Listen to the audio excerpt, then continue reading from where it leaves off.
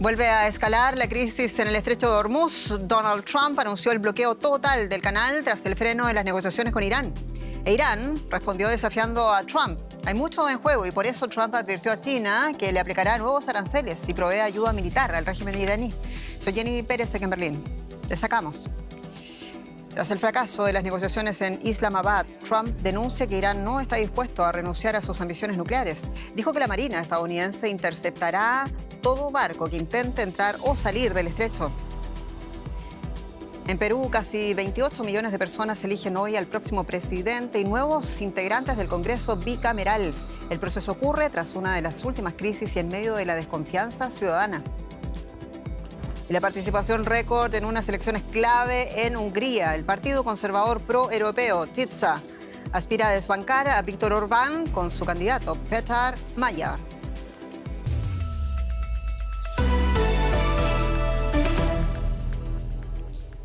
Irán ha respondido al anuncio del presidente Trump del bloqueo estadounidense en el estratégico estrecho de Hormuz. La Guardia Revolucionaria iraní, la fuerza de élite del régimen, aseguró que tienen el control total del canal y que el enemigo quedará atrapado en un vórtice mortal.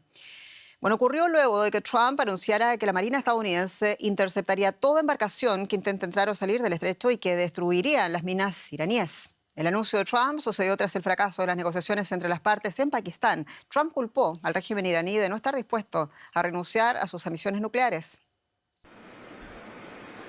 J.D. Vance abandona Islamabad sin un acuerdo que ponga fin a la guerra en Irán. Antes de partir, el vicepresidente estadounidense asegura que Washington dejó claras sus líneas rojas y que Teherán decidió no aceptar sus condiciones. La realidad es clara. Necesitamos garantías firmes de que Irán no desarrollará un arma nuclear ni tendrá la capacidad para hacerse con ella en poco tiempo. Ese es el objetivo del presidente de Estados Unidos y eso es lo que buscamos en estas negociaciones. Aún así, el ministro de Exteriores de Irán se muestra optimista. No cabía esperar que se alcanzara un acuerdo en una sola sesión. No creo que nadie tuviera esa expectativa, pese a que esta fue la reunión más larga que hemos celebrado en el último año. Pakistán, país anfitrión, insta a ambos bandos a respetar la tregua temporal. Esperamos que ambas partes continúen con este espíritu positivo para alcanzar una paz duradera y prosperidad en toda la región y más allá. Es imprescindible que sigan respetando su compromiso con el alto el fuego. En Irán responden desafiando al presidente de Estados Unidos. Le digo a Trump, el jugador, que ha perdido esta apuesta de forma estrepitosa. Cuanto antes la dé por terminada, mejor será para él. Por mucho que tendamos la mano en señal de amistad, al final siempre nos apuñalan por la espalda. La tregua temporal vence el 22 de abril. Ambas partes se enfrentan ahora a una elección, escalar el conflicto o volver a la mesa de negociación. En Qatar está el analista Luciano Zácara con la perspectiva. Luciano, saludos. Y en primer lugar, ¿cómo explicas tú el parón en las negociaciones entre el régimen iraní y los negociadores de Trump? Bueno, era difícil pensar que hubiera podido llegarse a un acuerdo con un día de reuniones después de todo lo que está pasando y después de una guerra que lleva más de un mes. Y las posiciones estaban muy encontradas desde un principio, ya se había dicho, los dos llegaban a la reunión pensando que habían ganado y que por lo tanto iba a ser fácil imponer condiciones al otro, y también llegaban con condiciones que eran totalmente incompatibles. 10 puntos por parte de Irán, 15 puntos por parte de Estados Unidos, que eran imposibles de negociar en una sola reunión. Y sobre todo teniendo en cuenta que lo que teóricamente dice Trump que ha fallado es que Irán no quiso renunciar a su derecho de enriquecer uranio, que es lo que siempre ha dicho que era una línea roja y que era justamente lo que se había aprobado y que se había aceptado en el acuerdo nuclear del 2015, cuando se reconoció a Irán el derecho de enriquecer uranio dentro de los límites que marcaban los acuerdos y bajo la inspección internacional. Por lo tanto, volver a un punto de partida en el cual se exigen cosas que son imposibles de cumplir o que han sido imposibles de cumplir incluso antes de esto, creo que era previsible que esto iba a pasar y por lo tanto creo que vamos a tener que esperar bastante más tiempo si es que las reuniones no se interrumpen para poder llegar a un mínimo acuerdo entre los dos. Ujú. Hablemos brevemente de las consecuencias del anuncio de Trump de ese bloqueo naval. ¿Lo ves tú como plausible considerando posiciones como por ejemplo la de China? Yo creo que Trump ha hecho otra vez una pataleta de niño, como no ha obtenido lo que ha querido, ha dicho, bueno, no es para ti ni para mí, es para nadie.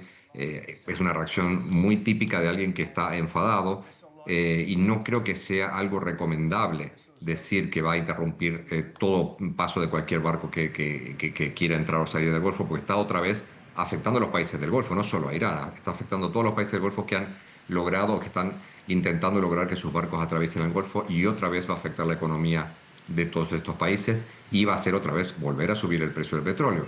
Y mi pregunta es si si Estados Unidos decide cerrar el estrecho a otros barcos, ¿qué va a hacer? ¿Le va a disparar a los barcos chinos que cruzan el estrecho? Lo veo muy poco probable y creo que eso dejará de ser así. Probablemente mañana escuchemos otro tipo de anuncio distinto que va a revertir esta decisión Pero que ha muy tomado. No probablemente espero los países del que sea Golfo pronto. van a apoyar la decisión de Trump. Ellos están perdiendo y pueden también ganar con un eventual control de parte de Estados Unidos.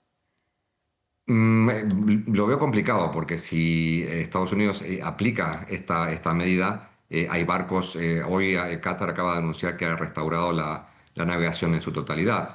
Por lo tanto, quiere decir que los barcos de Qatar van a salir del Golfo principalmente hacia China y esto pondría en el ojo de la mira a aquellos barcos cataríes que están llegando a China, que nada tienen que ver con el bloqueo particularmente propuesto por Irán. Por lo tanto, entraría en una colisión con otros estados que son aliados de Estados Ujú, Unidos, aparte de que involucraría directamente a China en un proceso del cual China no quiere ser partícipe. ujú. Y si es Estados Unidos y no Irán el que bloquea los barcos chinos, China no se va a poner del lado de Estados Unidos. Luciano Sácara, gracias.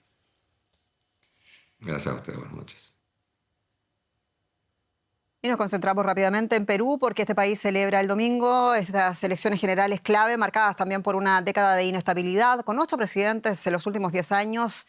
Más de 27 millones de peruanos están llamados a votar en una jornada en la que se eligen presidente, Congreso y representantes andinos. La jornada marcada por problemas en la apertura de centros de votación, especialmente en Lima, ha obligado a las autoridades a ampliar una hora el tiempo para sufragar. Con 35 candidatos es la oferta más amplia de la historia del país y todo apunta a una segunda vuelta en junio, ya que ningún aspirante lograría la mayoría suficiente.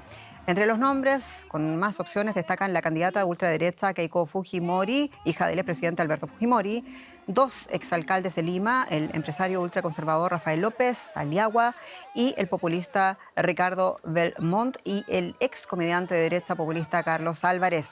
La inseguridad, la corrupción y la crisis económica centran las preocupaciones de los votantes. Y muy importante cita en Perú, del que queremos hablar con la periodista Rosemary Cueva, en directo desde Lima. Rosemary, muchos saludos. Y en primer lugar, abrieron todos los centros electorales. Te lo pregunto porque hemos conocido varios retrasos.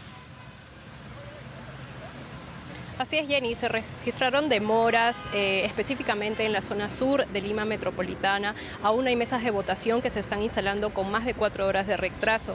El organismo de procesos electorales señaló que esto se debió al retraso en el traslado de material electoral hacia los lugares de votación. Sin embargo, esta situación ya se está normalizando.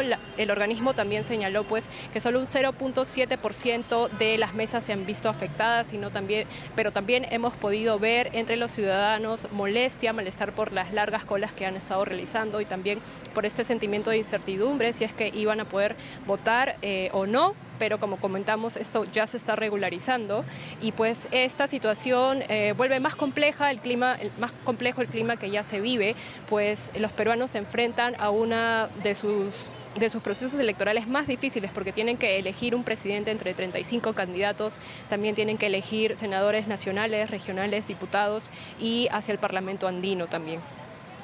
Rosemary, es una elección de grandes dimensiones, decíamos, ¿y cuándo vamos a conocer los primeros resultados preliminares?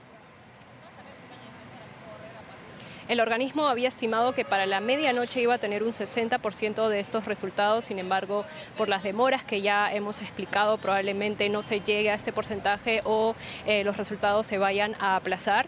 Había señalado también que después del cierre de las mesas de votación se iba a actualizar en la página web cada 5 minutos los resultados iniciales, que se vendrán primero de Lima, que es donde se tiene el registro digital, y demorarán más en llegar los resultados regionales porque ahí se hace un registro manual. Habíamos comentado también que es bastante impredecible saber quiénes serán los candidatos que pasarán a la segunda vuelta, pero según los sondeos probablemente sea alguien de la ultraderecha o la derecha populista, como mencionabas, podría ser Keiko Fujimori, Rafael López Aliaga o Carlos Álvarez, que podrían llegar a esta segunda vuelta que se realizará en junio. Rosemary Cueva, muchas gracias. En Lima. Gracias. Y hablamos ahora de otras elecciones que tienen lugar en suelo europeo. Cerraron las urnas en Hungría, que celebró este domingo unas elecciones decisivas que podrían poner fin a 16 años el gobierno del primer ministro Viktor Orbán. Más de 8 millones de ciudadanos estaban llamados a votar en unos comicios seguidos muy de cerca, dentro y fuera también, como no, de la Unión Europea. Orbán, líder ultranacionalista y cercano a Rusia, busca encadenar un nuevo mandato. Su principal rival es el conservador pro-europeo Peter Magyar, que ha irrumpido con fuerza prometiendo combatir la corrupción y reforzar los servicios públicos. Los húngaros tenían la elección entre continuar el rumbo político actual o acercarse de nuevo al eje europeo. La economía, también el estado de la democracia y las relaciones con Bruselas, donde está el gobierno europeo, y Moscú, constituyen las principales preocupaciones de los votantes. Vamos a escuchar. Creo que es importante que todos asumamos la responsabilidad sobre el futuro que queremos durante los próximos 4 años. Él apoya a las familias y a los pensionistas y defiende a los húngaros. Mi voto es por un cambio, para dejar atrás estos últimos 16 años de reinado de Orbán y su partido. Puede ir en 2 direcciones, pero los jóvenes esperamos un cambio y quizá con ello también un futuro mejor. Bueno, el otro actor internacional que también podría realmente influir en el voto húngaro es Estados Unidos. Recordemos que el vicepresidente J.D. Vance estuvo apenas hace una semana de visita dando un impulso a la carrera de Viktor Orbán en la campaña electoral. Y es que el sistema electoral húngaro es bastante complejo y podría haber, por esas razones, dicen los analistas, novedades al final de esta jornada. La perspectiva con el periodista Ricardo Marquina, quien sigue para Deutsche Welle esta jornada electoral en Budapest. Vamos a escuchar. Los húngaros han acudido hoy en masa a votar, a decidir su futuro. Desde las 6 de la mañana están votando al cierre de los colegios electorales a las 7 de la tarde aquí en Budapest. Más del 75% de los censados habían ya realizado su derecho al voto. Es posible incluso que se llegue al 80%, un resultado de participación histórico, el mayor desde la caída del comunismo en este país de Europa Central. Es que estas no son unas elecciones cualquiera, el país se juega mucho, decide el futuro en 2 caminos totalmente diferentes: continuar la senda del actual presidente, de Orbán, de acercamiento al ultraconservadurismo ruso de Vladimir Putin y también de Donald Trump, o retomar la senda europea, una senda que Orbán abandonó hace ya muchos años, lleva 16 años en el poder y hace tiempo que torpedea constantemente las políticas de Bruselas. Y según todos los sondeos, es muy probable que Viktor Orbán pierda hoy las elecciones en Hungría. Y naturalmente por eso he seguido con altísima atención en Europa. Recordemos que este noticiero tiene lugar en Berlín. Viktor Orbán ha sido hasta ahora un candidato incómodo, un primer ministro incómodo para la Unión Europea. Así que vamos a ver qué pasa al final de la jornada. Mientras tanto, al terminar, les contamos que Ucrania y Rusia se acusaron mutuamente este domingo de haber violado múltiples veces la tregua iniciada la víspera con motivos de la Pascua Ortodoxa. Se trata de un cese de combates que no ha sido más que teórico y que el Kremlin rechazó prolongar si Kiev, dijo, no acepta sus condiciones.